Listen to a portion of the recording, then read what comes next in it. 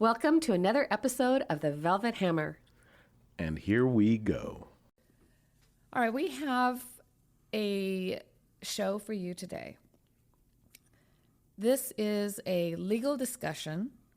Politics might be a little involved, but our goal is to really break down the legal issues surrounding a high-profile ICE shooting in Minnesota. Minnesota. Minneapolis, I believe. I get the minis always confused. Yeah. But it happened last week. I didn't want to watch it, but I wanted also to know what happened, and so I did watch it. And let me just stop there.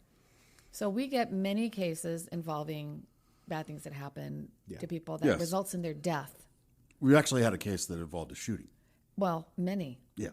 And so as lawyers, first of all, we have to look at it. I've asked family members not to look at those things, but sometimes they just can't help themselves. Once you see it, you can never unsee it. And so, like Kristen and I have talked about the fact that we walk around having seen all of that. And we put it away. We're compartmentalized to put enough away. But if you bring that down to revisit it, it's overwhelming. I can go back decades in my career and see the incidents. I can replay them. I can tell you graphically where things were. And so it's kind of like almost like we are medical examiners in that regard, right? We're watching it not for self-gratification or because we want to, or even because we're scared to. We watch it, in our case, because it's part of our job. Because we have to. Yes. That's our job. So when I decided whether to watch this shooting, I didn't want to as a person. I didn't feel I had to. And yet I felt that as a citizen, that because there would be a lot of discourse, I probably should. But even then I didn't want to. What dropped me over the line was that as a lawyer, I knew that people would be asking me, was this a justified shooting? If it's not a justified shooting, why isn't prosecution being accomplished? Will this be and was this murder? Was it self-defense? Was it something in between? What was it? And should there be a result of any kind of prosecution or civil action or anything as a result?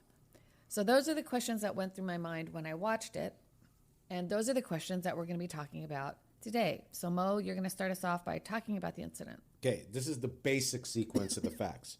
Renee Nicole Good, a 37-year-old Minneapolis resident, was fatally shot by an Immigration and Customs Enforcement agent during a Department of Homeland Security operation in Minneapolis during the day. The shooting occurred while Miss Good was in her SUV near an ICE arrest scene where she was reportedly observing and protesting the operation. So there's video. And the video shows ICE agents surrounding her vehicle, shouting commands. And then Miss Good's SUV begins to move as an agent is situated right outside the driver's side. And the video shows that the vehicle strikes the agent. The vehicle's turning. Yes, let me finish. Strikes the agent as the vehicle is turning right, All right, trying to move away from the agents. And at that point, the agent fired 3 shots. Well, wait through a minute. the windshield. You're supposed to be giving us facts. These are the facts. You said that she was turning right, trying to get away. Where did that fact come from? You can see in the video that she's turning the steering wheel right away from the agents and trying to move away from them. Because there's nobody else to the right. It's just going out. She's not going towards another person. But how does the car hit the agent? Because the agent is situated to the left corner of the vehicle, and as the car is turning right, it doesn't hit him like significantly, but it bumps him. And then what happens is that the agent then pulls out has a firearm out, and he discharges 3 rounds through the windshield at close range. So did her vehicle actually touch the agent? Yes. And then it shot through, and it shot her. They were headshots. And so the car continues to move, comes to a rest. The airbag has deployed, and she dies at the scene. And is aid rendered? I don't know. I didn't see that in the video. Okay, the answer is that there was a medical doctor on the scene who asked to access the victim and was told no. Okay.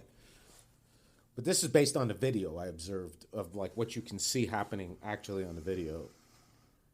All right. And I wanted to ask too, since I haven't seen what sounds like the video you watched, is the officer's on the ground, pulls his gun and then shoots, or does he have his gun out when he gets hit? He has his gun out. Okay. And so there are 2 videos. Yeah, I've seen the video that was from his personal video, the cam. Yeah. But I haven't seen any of the other videos that weren't from his perspective. There's another video that is away from him looking towards him. Okay. And then there's his video. Yeah, because I could see that he was falling back. Yeah. And you could hear the gunshots, but you can't see the gun in that video. And I once he was down, then you can't really see anything. Did he fall for a down? while. Yeah, or at least it looks like he did from his perspective. Because the camera shoots straight up for a little while. You clearly see that the car contacted the officer. Okay. So can you see? I know that I've read that people said that he had his foot run over. Can you see if the vehicle ran over his foot? based on my view of the video, I can't see his foot got run over, but I see the vehicle. But you could see that it hit him and he bounced off. Yeah, objectively, that the car came into contact with the officer. Did the officer, was he stationary the whole time? Did he move towards the car? Why did the car come into contact with the officer? Well, the car came into contact with the officer because the 2 reasons. 1, the officer was situated in front of the car, and 2, the car proceeded to contact the officer. So he took a position in front of the car, and they had directed a command for them to get out of the car, and they did not comply with the command. The passenger in the vehicle was outside and protesting and videotaping. Drive. And gave commands. Yeah, passenger gets into the car, gives commands to the driver to drive the vehicle. The officer is giving commands to get out of the vehicle. And so then the commands are not followed. The vehicle drives away, bumps into the officer, and the officer then decides to use deadly force. Okay, so let's start. I have some legal questions now. Okay, what are the questions? Number 1, you said the ICE person is an officer. Yes. But that's not a police officer. It's a law enforcement agent. Okay. Does the ICE officer have the authority to direct a civilian to get out of their car? Absolutely. Why? Because he is in the process of effectuating his law enforcement duties. And so part of those duties is that he's been commanded by the executive to go effectuate arrests for purposes of immigration purposes. And if anybody interferes with his ability to do that, he has the right to seize that person and arrest them for interfering with an investigation. How were they interfering? By boxing in the vehicles, the ICE agents' vehicles. So what was happening was that people who disagree with the executive's initiatives to have that ICE is proceeding to arrest people are using their vehicles to stop ICE agents from going into communities and arresting people. Is civil disobedience in the U.S. usually cleared for violent response? Historically, Okay. I mean, facts are, yeah. I mean, civil disobedience. So it's okay for That's a an different ICE question. agent. No. That's a different It's okay in the society right now for ICE agents to shoot people for doing nonviolent protesting. No, the law does not allow an officer to use deadly force unless very specific circumstances are present. So then why do the officers have their guns drawn? I think objectively, whenever you're in a situation, this is just objectively based on my understanding of having dealt with multiple cases. Police officers, when they're surrounded, one of the biggest things that they're trained to deal with is ambush. Okay, so they're taught in training from the academy on that whenever you're at a scene, is you have to secure a scene. The reason why you want to secure a scene is that you want to stop any blind spots, anything, because it's not only for your safety, but the safety of other officers and other people at the scene. So as a general matter, if you feel that a scene is escalating and that force may likely be used, at that point, most officers will draw out their firearms to be at ready position to respond to force. So you're saying that those two women in their car, their motionless car, were such a grave threat to, I don't even know how many ICE officers were there, but there were multiple officers there. Yeah, there were multiple officers. That warrants a violent response. Well, that's a separate question. I don't think the objective facts support the use of deadly force under the circumstances, but that's totally different inquiry. So going back to the beginning. Yeah. So you are a good neighbor. You go out to protest. Yeah. It's a form of protest because it's not like It's civil demonstration. disobedience at that point. You Yeah. go out Yeah. and you are in your vehicle and there's ICE agents near you and they have guns. And so what are you supposed to do as a person that's trying to help other people? Should she just never have gone there? Boy, that's a tough question. I mean, are you asking me my personal opinion, or are you asking me, like, objectively, legally? Well, just for all the people that are thinking, I want to go out and stuff. I don't want my neighbor Okay, to be so- taken. I'm going to go out there. Am I going to be killed by an ICE agent? So is that the risk that we're now looking at? Is we can go do civil disobedience, but we're going to risk being shot and killed by an ICE agent. I mean, that's been a danger here in the U.S. for as long as I can remember. I mean, But you know. it's really a danger because it's happening. No, I know, but it happened in Kent State. It's happened. Yeah. I mean, it's happened in multiple situations where there was protesting, and every single time the government is cleared of all findings. So I assume that it's going to continue, and I assume that anyone that wants to protest should be prepared to die. I think These days. I think that's fair. I think that That's not fair. I think that's I'm not fair. saying it's I'm not fair. saying that's I'm not fair. saying it's fair. Well, I'm saying I'm a saying fair- that's language. reality. Language. Okay, wait. Will. Okay, I'm saying that's a fair assessment that Mike is making. That, like, in this day and age, tensions are, if you're going to protest, there is a risk that you will die. There's a higher risk now than there's ever been in my opinion. There's a risk that you're going to get shot, or you're going to have force used against you. Okay, I so mean, let's, we just let's did just a. pause. We- Let's just pause. Let's just pause on this moment. Okay. Yeah. Because this I has said you guys are going changed. to crank me up with this one. This has changed in our lifetime Oh yeah, it has. because Kent State was an aberration. Yeah, right? when I was a Tell- kid, they used that as an example why you should protest. Yeah.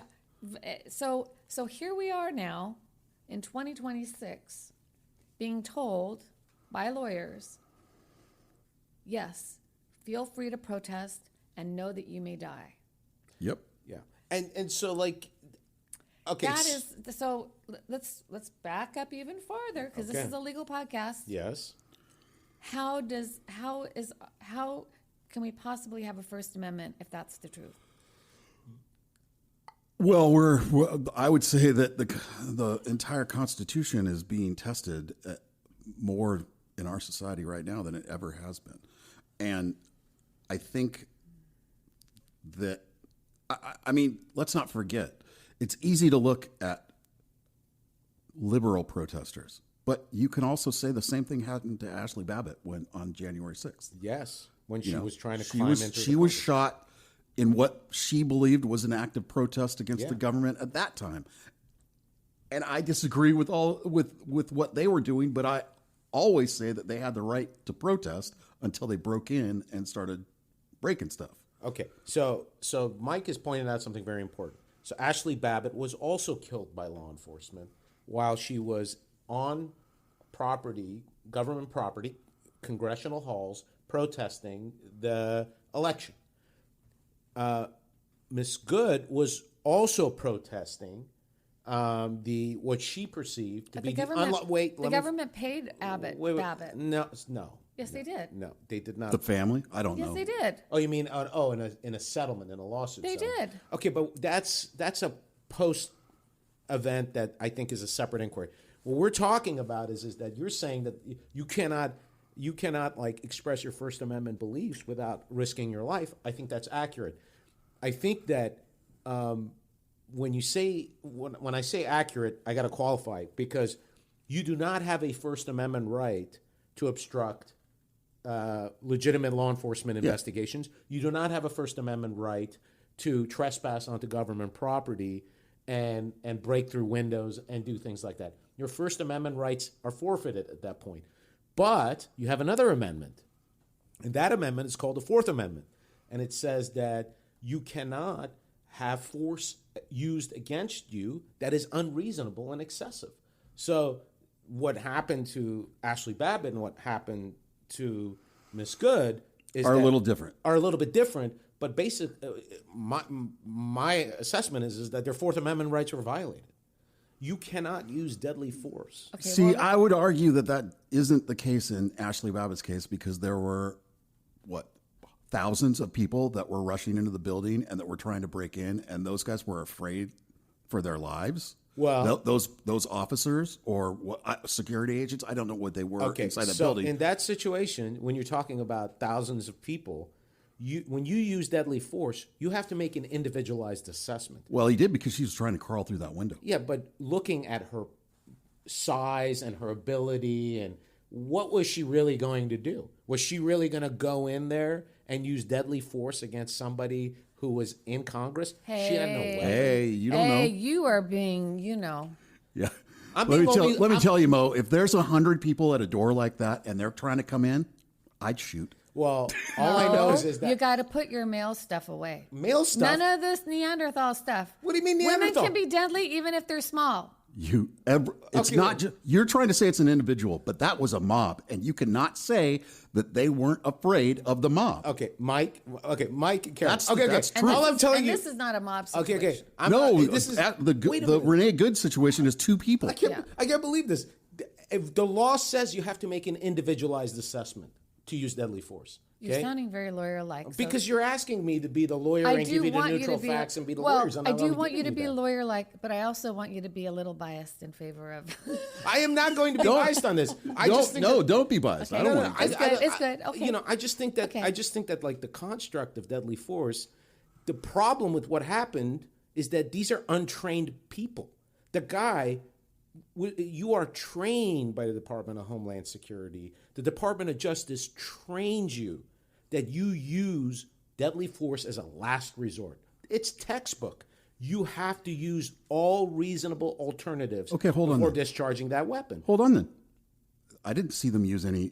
In the Renee Good case, they did not do what you just said. I know. I'm saying that the deadly force in that case was unreasonable. Now, in the other case, I will continue to argue that if you've got a mob coming at you, you cannot say that they were only paying attention to one individual and that an ICE agent would have done anything different.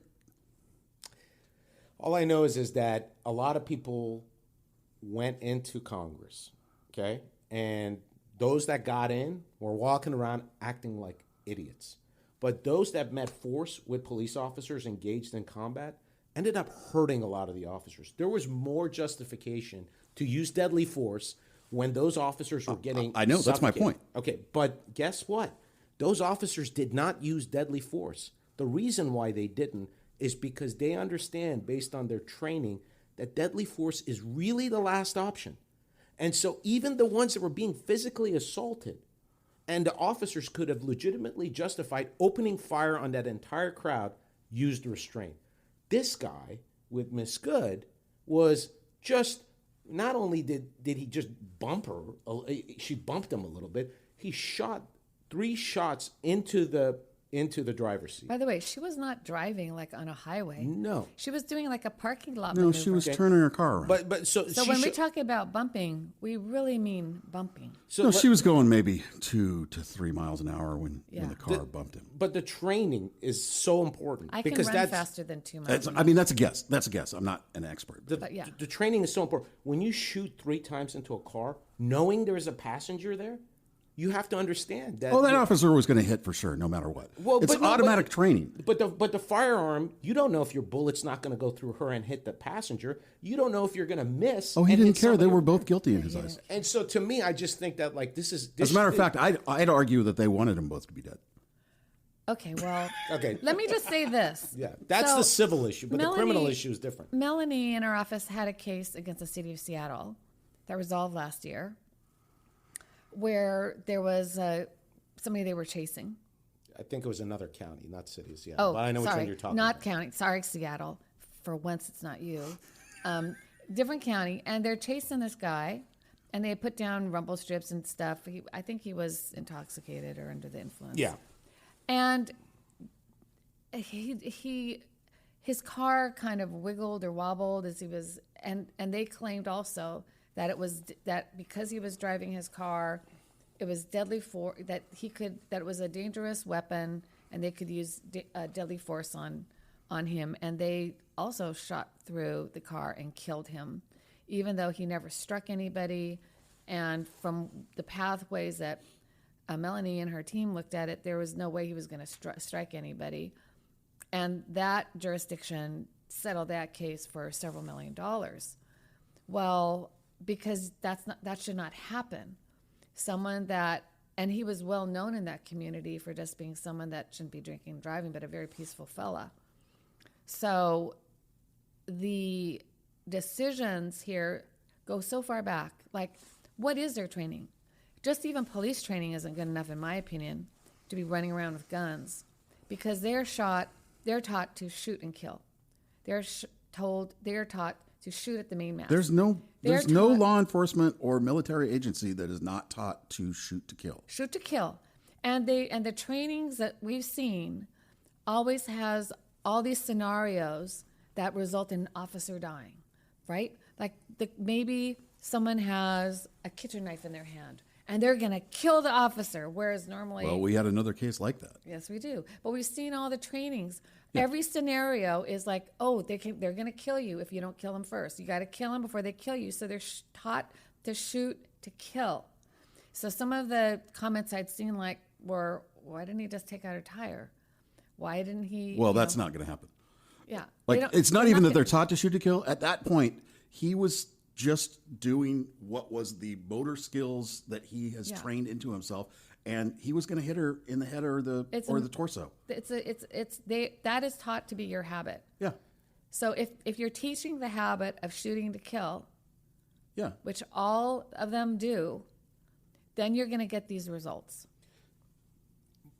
You're going to get results when you have an officer not follow his training, and that's what this officer did not do. He didn't follow his training. You cannot assert we're Let me ask a question about that. When he saw the vehicle moving, because a vehicle was moving as slow as molasses, when he saw it moving, what should he have done? A reasonable officer would have moved out of the way. And how it would have taken him one step. But I'm going to go even a step further. A reasonable officer who got struck in the manner that he got struck would not have discharged his firearm, even if intentional. Would not have shot his firearm in that way. This is precisely why you both say, you watch, every training says, when you use force, you don't use it to injure, you use it to once you put your finger on the trigger, you're going to be shooting someone. You put your finger, but when you make the training says, when you decide to use the firearm, discharge, use deadly force, that's the term. Once you discharge a firearm, the training says that's deadly force, not injure force. Not less than deadly force. When you use the firearm, at that moment, it has to be last resort. That's why the training about most alternative measures have to be exhausted. The other thing is you cannot put yourself in a position of danger, then claim that I had to use deadly force. Yes. Okay, that's also in the training. Which is he did In my Okay, opinion. so objectively, the question is, if you watch the video, did he kind of like move himself Did in he front of the move car? towards? Did he Yeah. position himself? Now, this is just civil. This is not criminal. That's super important. His intentions are irrelevant. The question is, would a reasonably well-trained officer, under the circumstances, use deadly force? The question is unequivocally no. So the civil case goes ahead. Now, like him criminally being held responsible is completely a different Wait matter. a minute. The civil case does not go ahead because of qualified immunity. There is qualified immunity, but What is qualified immunity? well, immunity is that you're immune from suit. The king cannot be sued. Okay. Yeah. That's what it means. But there's a qualification to that immunity for law enforcement agents that if the officer was not on notice at the time, that it wasn't clearly established to him that using deadly force in the way in which he did at that scene was not a violation of the Fourth Amendment, he enjoys immunity. But he's going to lose that because the case law has been around for 40 years. But he's going to claim that the car was a dangerous weapon. It doesn't matter what he claims. His subjective intent is irrelevant. But a car is a dangerous weapon. It is, but objectively, the manner in which the car was driven, moved, his movements and response to it demonstrate that that's really a question for the jury. So he's not going to enjoy qualified immunity on that. How is a jury going to have a question if this is a Federal Tort Claims Act and only the judge is going to rule? Well, the same standard under Federal Tort Claims Act is going to apply, which is he's going to say I was immune from shooting. But if it's a federal case, it's going to be it's going to be a judge because it's going to be filed in federal Correct. court. So there's no jury. It has to be filed in the FTCA. Yeah. They're going to claim immunity. You think any attorney is going to take this case? I would. Yeah, but do you think they're going to win? I will. Man, give me that case because you know what? Oh, I got some good ideas about that case. I mean, you're going to have the whole entire Trump, vessel funding the other side. Yeah, but come on, Karen. That sounds like every trial lawyer would be freaking drooling at that. So I'm going to be a little devil's advocate here because, Let's go. I did watch. Let's go. I've watched and read enough to hear a lot of people saying, it's immunity. There's immunity. There's no civil case. It's never. Okay, so the answer here is don't count on that. If they get the right lawyer, this can proceed until it can't proceed. There's no use not trying. Then we go to the second issue, which is there a criminal case here? Ooh-ha. All right, come on. That's going to be Mo's. That's an answer for Mo. Let me tell you question number one, first of all, okay? Where's the jurisdiction? Well, Is it in the state or is it federal? both. If it's federal, don't you lose because the U.S. attorney will not prosecute this case? Okay, so what generally happens when the state charges a federal agent, Which hasn't happened yet. which hasn't happened yet, with a crime, the state has jurisdiction. It has what you call sovereignty to be able to bring offenses, crimes committed against its citizens, against anybody. So the state has jurisdiction to charge them with a crime. But there is this thing called the Supremacy Clause, which says that, the U.S. Constitution is the supreme law of the land. Under the Supremacy Clause, federal agents can move to be held immune from criminal prosecutions. The process is that once he gets charged in whatever the county is in Minneapolis for a crime, he would move to have himself removed from state court to federal court. The question then becomes the same question for the civil issue. Is he entitled to immunity? And the judge would have to assess whether or not objectively he was reasonable in using deadly force, and that the deadly force, the term is proper and necessary, under the circumstances to discharge his duties. If that finding is made, then he is immune from criminal prosecution. And this is the state court judge that's making that decision? No, a federal judge. A federal judge makes that decision. Okay. Yeah, Okay. yeah. Okay. getting to the bottom line, is Bottom he line. going to be prosecuted? Well, what I've heard is that they're investigating, but what happened was the FBI immediately took over the investigation. So the fact collectors is a federal agency. And then so they're going to collect the facts. Now, I got to say, there is some information out there, make sure it's verified or not, that he had previously in one of these protests been dragged like some feet because a car snatched onto him and dragged him, and it was he was either seriously injured or faced serious injury. So the difference between the criminal and civil is super important, because in civil it doesn't matter what he thinks. All right, I'm In going criminal, it does. to direct you to answer the question. I want you to answer Let me the just question. ask him the Okay. one question. Yeah. Why does it matter whether or not he got dragged by a car before? I think it matters because if you're going to ask why he acted the way he did under the circumstances, and because you're focused on his subjective criminal intent, if that's the focus, he gets to say, I didn't have a criminal intent. I miscalculated. I made a mistake. I was scared. I didn't realize what was happening. I overreacted. So he gets qualified immunity because No, he. that's just like That's just another excuse in my mind. That's just like a defense to any murder. Yeah, Somebody exactly. says I didn't intend to kill somebody. He gets the if same. if I'm defenses. holding a gun on you and I fall down and it discharges and you die, I still murdered you. Yeah, but then there's a degree of fault: accidental, negligent, reckless. I was still holding it with the intent to shoot you before I fell down. I mean, these are questions for the jury. Okay. There's no jury. Back to Karen's. Yeah, what was your point? Is he going to be criminally prosecuted or not? That would be no, folks.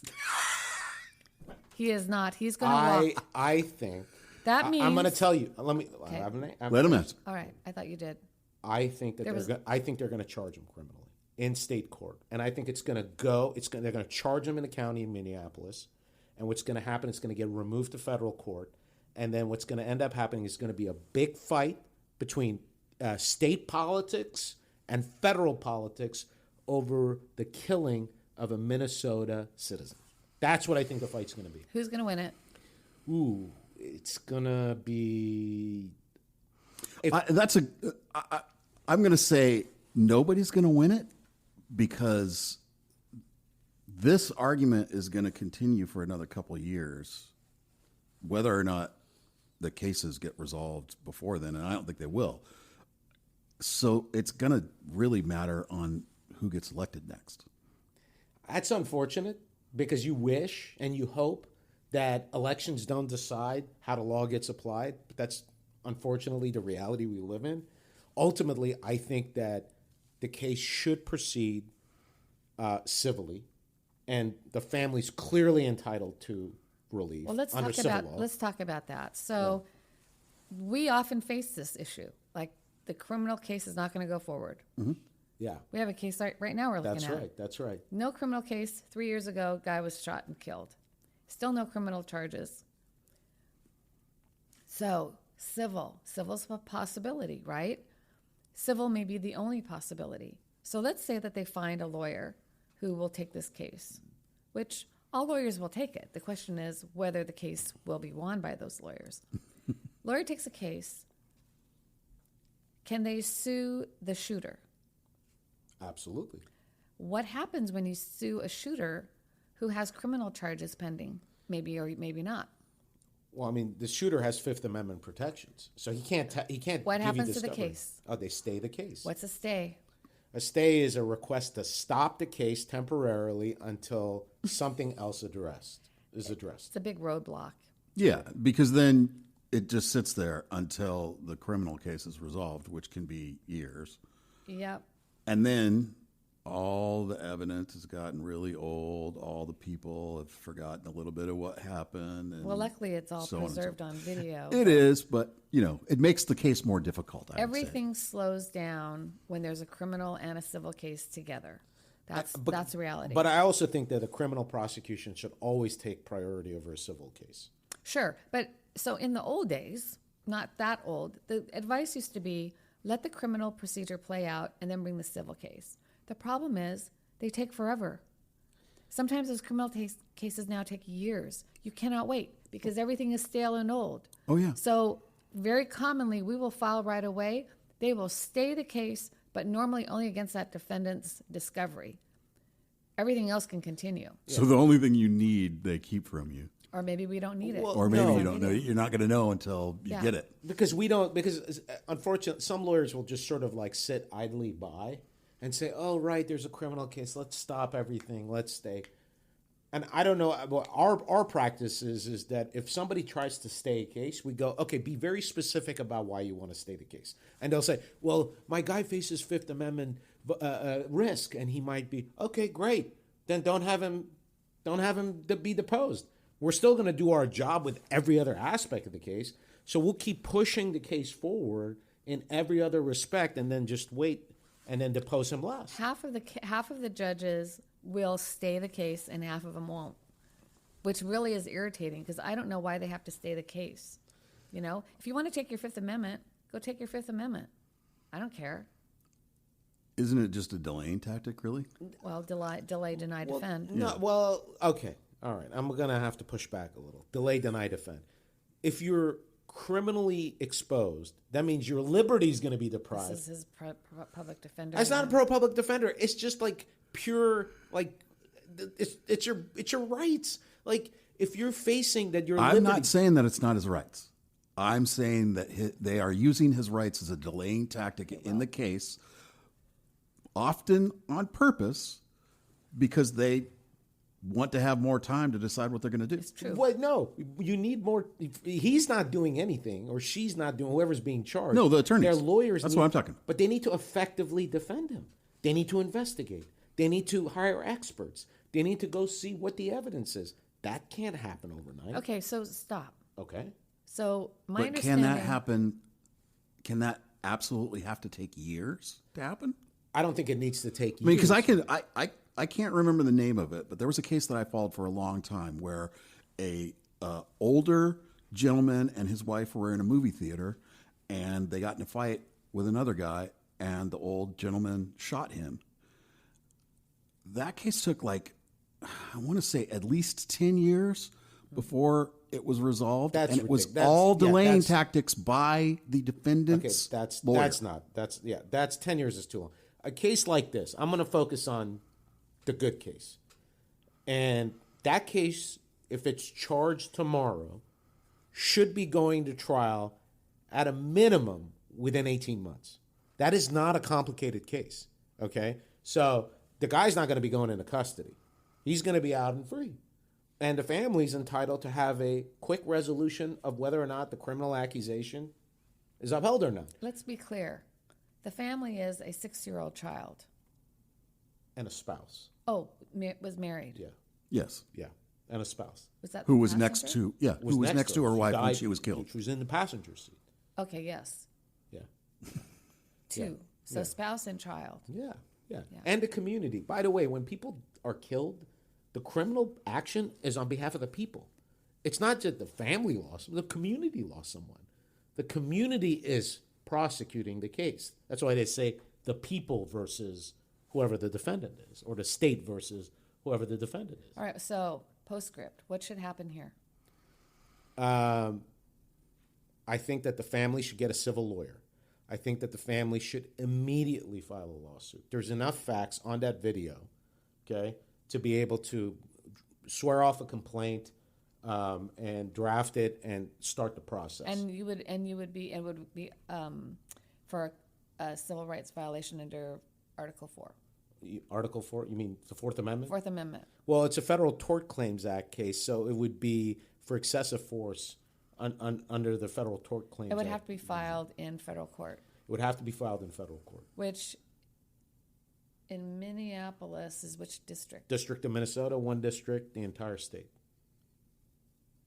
And then I would start that right now and start to put pressure, and I would be immediately trying to figure out what kind of training he received. And if he's received the training that I know every federal law enforcement agent has received, there are 2 direct violations that can clearly be identified. One was that he had alternative means of responding to what was happening that fell well short of deadly force. They're regularly trained on that.